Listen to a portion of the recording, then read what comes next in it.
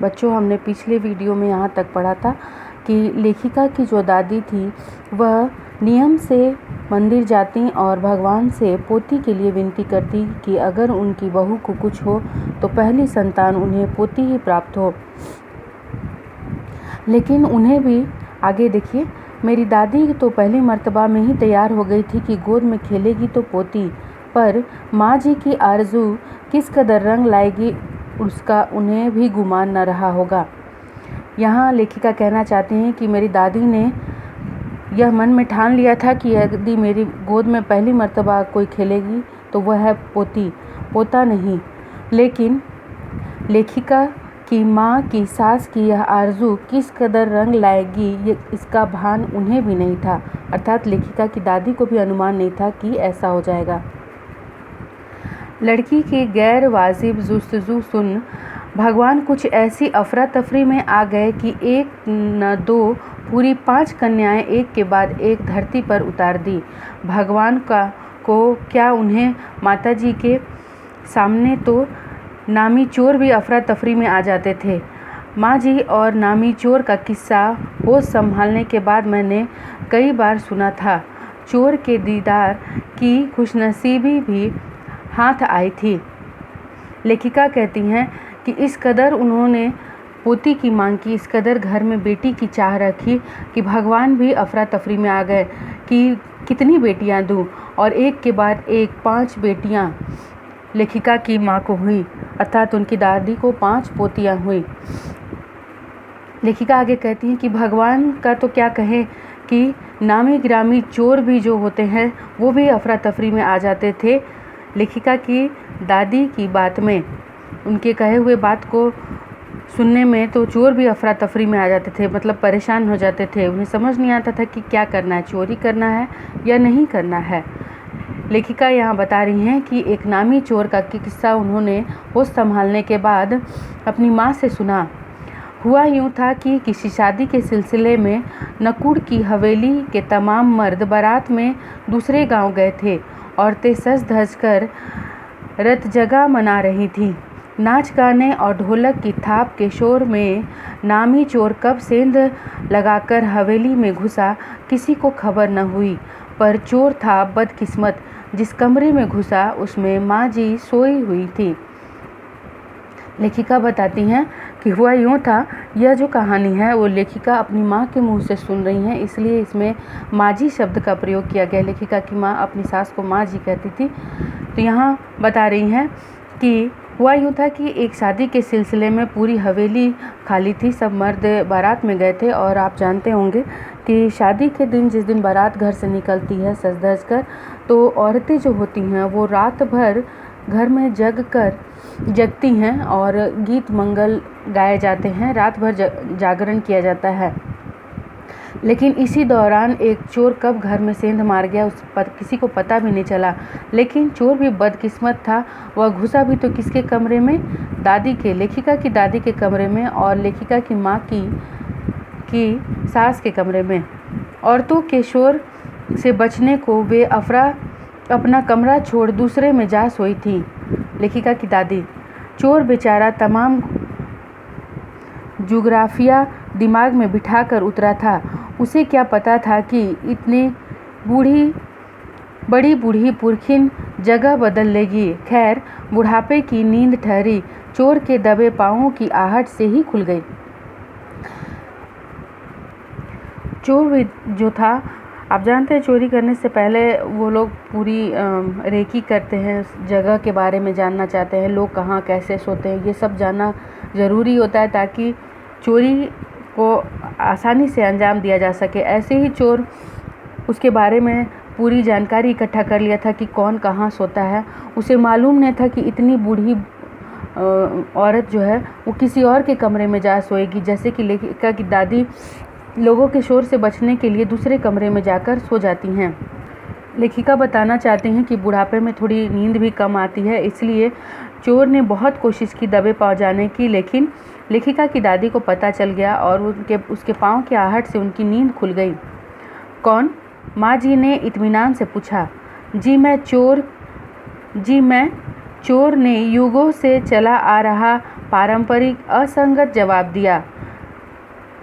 लेखिका जिस तरह की यहाँ बात कही गई है उसे ध्यान से सुनिएगा। जी मैं, चोर ने युगों से चली आ रहा पारंपरिक असंगत जवाब दिया।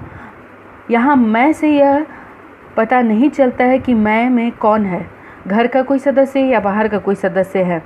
इसीलिए युगों से चला आ रहा, अगर आपसे कोई पूछे कि कौन, तो मैं का क्या मतलब हुआ, कौन, नाम नहीं बताया उसने। इसलिए लेखिका ने यहाँ कहा है कि युगों से चला आ रहा पारंपरिक असंगत, इस प्रश्न का यह जवाब असंगत था। पानी पिला, माँ जी ने कहा। जी मैं, चोर झिझक रह गया। लेखिका की दादी को लगा कि कोई घर का ही व्यक्ति है, इसीलिए आसानी से कहा कि अगर तू आ ही गया है तो मुझे पानी पिला दे।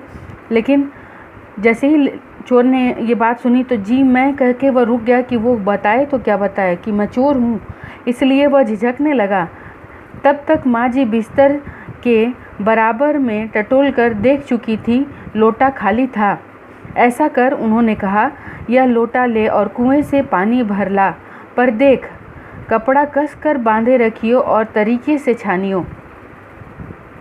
चोर घबरा गया। अंधेरे में उन्होंने कैसे जाना कि उनके मुंह पर कपड़ा बंधा है। लेखिका की दादी ने लोटे के ऊपर कपड़ा बांधकर पानी छानने की बात कही, लेकिन चोर घबराहट की वजह से उसे समझ में आया कि अंधेरे में आखिर दादी ने कैसे समझ लिया कि मैंने मुंह पर कपड़ा बांधा है। और कमर में भगवान से उसका तार जुड़े होने की खबर उसे थी।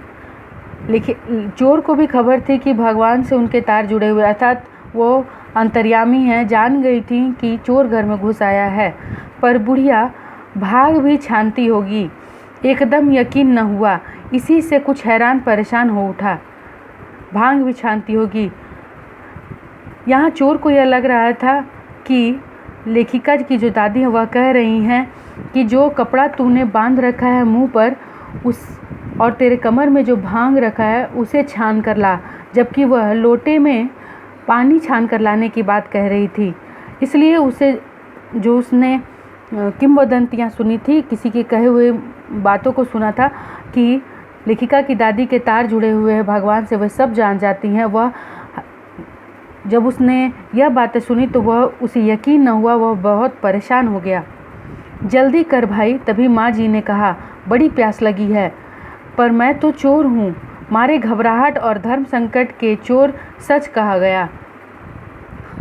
वह इतना घबरा गया था कि इन्हें सच्चाई कैसे पता चल गई कि मैं एक तरफ भांग बांधे हुए हूँ और कपड़ा बांधे हुए हूँ। वो छान कर लाने के लिए बात कह रही हैं कि भांग छान कर लेकर आ, ताकि उन्हें बेहोश किया जा सके। यह बात चोर ऐसा समझने लगा कि लेखिका की जो दादी हैं, जो माँ जी हैं, वो कह रहे हैं कि तू भांग अच्छे से छान लेना जो कपड़ा है उससे, और तब लेकर आना, जबकि वह पानी मांग रही थी। लेकिन यह बात सुनकर कि उनके भगवान से तार जुड़े थे, वह इतना घबरा गया कि जैसे ही उन्होंने कहा कि बड़ी प्यास लगी है, जल्दी कर भाई, तो उसने कहा कि पर मैं तो चोर हूँ। मारे घबराहट के उसके मुंह से निकल गया, हुआ करे। माँ जी ने कहा, प्यासे को पानी तो पिला, पर देख मेरा धर्म न बिगाड़ियो, लोटे के मुंह से कपड़ा न हटाइयो, हाथ रगड़ कर धो लीजो और पानी कपड़े से छान भरियो। आप चोर के हाथ का पानी पी लोगी, कहा न रगड़ कर धो लीजो। अब नाच गाने में लगे हैं, तेरे और भगवान के सिवा कौन धरा है जो पिलाएगा। भगवान वही कहीं सबके बराबर में धरे हैं। सुनकर चोर कुछ ऐसा अकबकाया कि लोटा उठाकर चल दिया। पूरे एहतियात के साथ पानी भरकर लौटा तो पहरेदार ने धर दबोचा कुएं पर देख लिया गया था। तब माँ जी ने लोटा का आधा पानी खुद पीकर बाकी चोर को पिला दिया और कहा, एक लोटे से पानी पीकर हम माँ बेटे हुए। अब बेटा चाहे तो तू चोरी कर, चाहे खेती। बेटा बेचारा किस लायक रह गया होगा, सो रोमांचक धंधा छोड़ खेती से लगा, सालों साल लगा रहा। जब मैंने उसे देखा तो बड़ा भला मानुस बूढ़ा लगा मुझे, डरा डरा हैरान सा। लेखिका यहाँ बताती हैं कि लेखिका की दादी ने पानी मांगा और तो चोर कहता है कि क्या आप चोर के हाथों से पानी पिएंगी? तो लेखिका की दादी का जवाब था कि सब तो नाच गाने में लगे हैं, मेरा तो बस तू है और भगवान है। यह बात सुनकर वह घबरा कर कुएं पे जाता है और लोग उसे देख लेते हैं कि कुएं पर कोई व्यक्ति है जो घर परिवार सा नहीं लग रहा है, घर परिवार का व्यक्ति नहीं लग रहा है। इसीलिए जब वह बड़े एहतियात से पानी भर लेता है और लौटता है तब पहरेदार उसे पकड़ लेते हैं। तब माँ जी क्या करती हैं, उस लोटे का आधा पानी खुद पीकर बाकी उसे पिला देती हैं और माँ बेटे का संबंध बना लेती हैं और उसे यह बोलती हैं कि या तो बेटा अब तू चोरी कर ले या फिर खेती। वह बेचारा क्या करता है, वह चोरी का रोमांचक धंधा छोड़कर सालों साल खेती में लग गया और सालों साल खेती करने लगा। किस प्रकार उनके प्यार ने, उनके इस व्यवहार ने एक चोर का मन बदल दिया। अब खानदानी विरासत कहिए या जीवाणुओं का प्रकोप, उन दो सनकी बुढ़ियों के बीच मैं अच्छी फंसी। एक तरफ माँ जी के चलते अपने लड़की होने पर कोई हीन भावना मन में नहीं उपजी, दूसरी तरफ नानी के चलते देश की आज़ादी को लेकर नाहक रोमानी ही रही। लेखिका कहती हैं कि इन दो बुढ़ियों के जीवाणुओं का प्रकोप कहिए या फिर वंश परंपरागत अनुसार यह कहा जाता है कि कुछ न कुछ गुण वंश परंपरा के अनुसार लोगों में, बच्चों में आ जाते हैं। तो लेखिका यह कहती हैं कि इन दो स्त्रियों की वजह से उनके अंदर कौन कौन से गुण पनप गए कि दादी की वजह से उनके मन में लड़की होने की हीन भावना कभी नहीं आई और दूसरी तरफ नानी की वजह से उनके अंदर देश प्रेम की भावना बनी रही।